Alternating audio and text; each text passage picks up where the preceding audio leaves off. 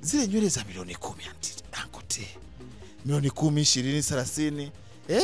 Wateja wako ni aina gani? Uone kama una wale walia chini unawanyanyapaa na wanahitaji nayo kuvaa nywele za hivyo.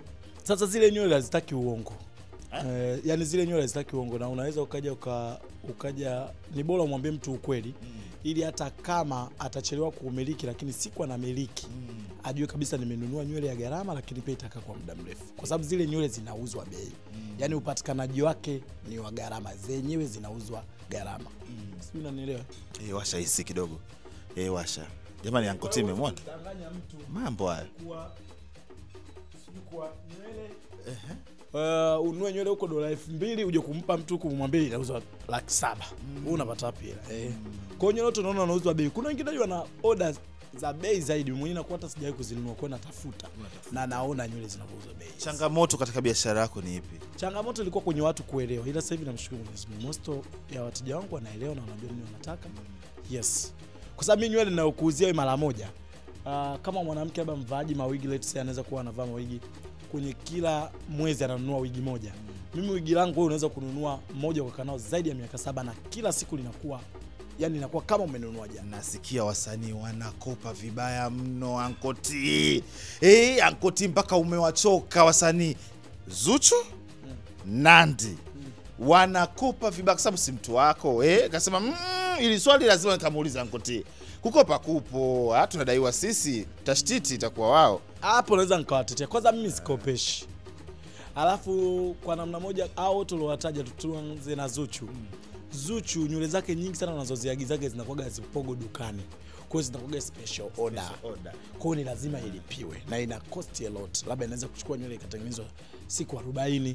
Kwa hiyo hawezi kusema eti atakuwa order leo naomba nywele ya pinki afakwambia sio ikopa. Kwa sababu at least labda ingekuwa ipo dukani. Nywele zake nyingi sana wana order. Mtu akiona sijui kwa kavaa nani anaichukua na kwambia nataka nywele rangi kama hii, nataka ifanywe hivi, labda iongezee hivi. Kwa hiyo wale ni wanalipa. Zuchu na Nandi hawana babaifu kabisa.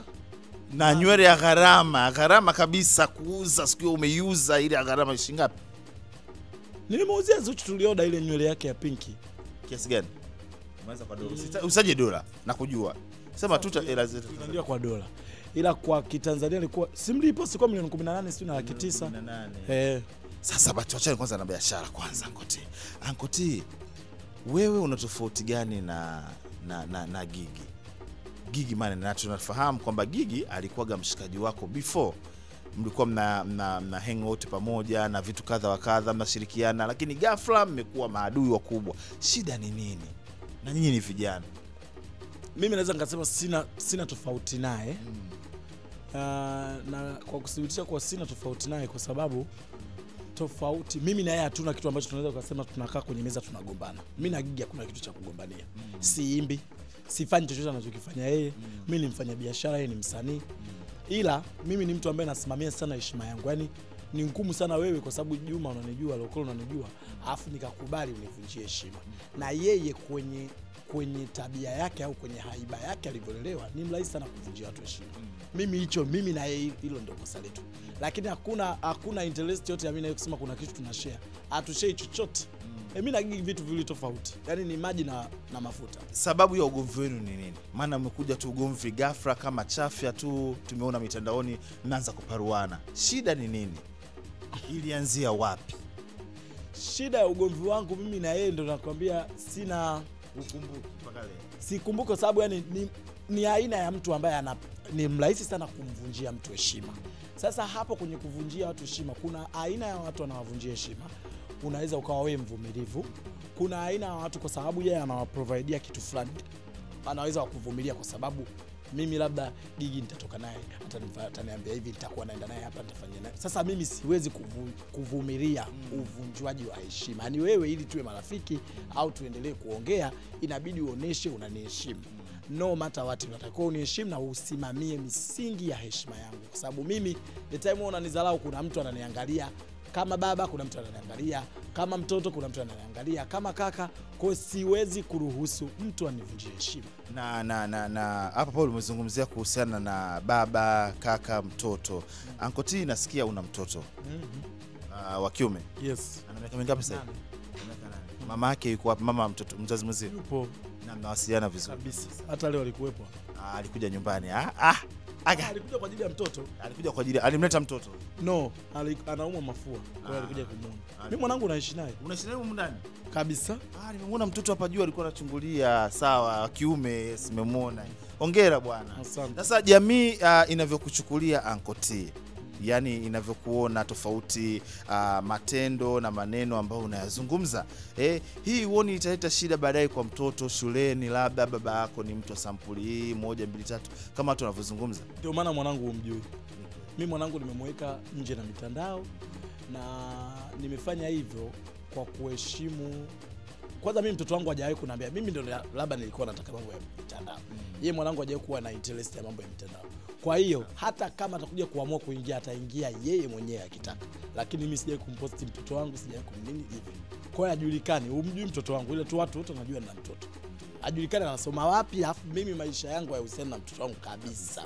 Yes. Na hiki kinachoendelea mitandaoni kinakukata kiasi gani watu wanapokuta majina ajabu ajabu? Wengi wanaume kama wamekutoa kwenye group la wanaume na wamekusema huyu kwa sababu unawatetea sana, video zako unatetea sana watoto wa kike kuliko wanaume. Kwa nini usibezi kwa wanaume wenzio ukawatetea? Unawatetea sana wanawake anko. Mimi wateja zangu kwanza ni wanawake. Alafu mimi kwenye kitu sifikiriage wala kitu akilimizi kichwa kwa mtu ananiongelea kwa vipi. Mimi I'm living my best life. Kwa hiyo wewe unapoanza kuniongelea, hiyo ni moja ya shida zako, na hicho unachokiona maybe wewe ndio unayefanya, kwa sababu huwezi ukamjua mchawi kama amlogi yote. Wewe hivyo unavyoniona, inamaanisha hapo kuna sehemu mimi nakugusa ambapo unavifanyaga. Kwa hiyo karibu sasa kwenye hiyo nyumba tulindime wote, lakini mimi sijawahi kushtulia na maneno ya mtu. Mimi ninachoangalia sivunji sheria ya nchi. Hakuna siku kanikuta nimekaa sijui nilifanyaje. Weka gani mimi nitatoka, nitaivaa nywele yangu, nitatangaza ili mwanangu the end of the day aende shule. Nitatoka nitapaka gloss yangu, nitaitangaza ili kesho mamangu anapomwambia vidonda vya tumbo vinaniuma na hitajika dawa, niwe na uwezo wa kuafford. Sio uanze kuchangisha. Kabisa.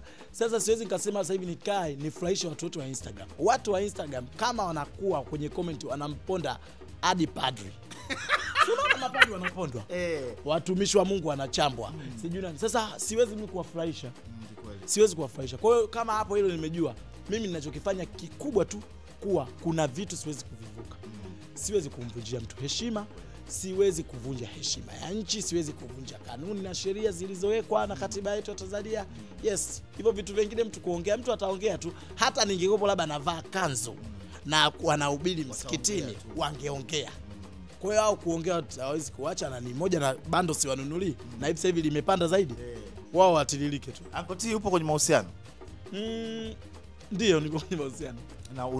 Na tutarajie kumuona shemeji yetu. Hiyo mtamtarajii sasa. Ili mkamtilie na nilia sumu. Unatamani kuoa?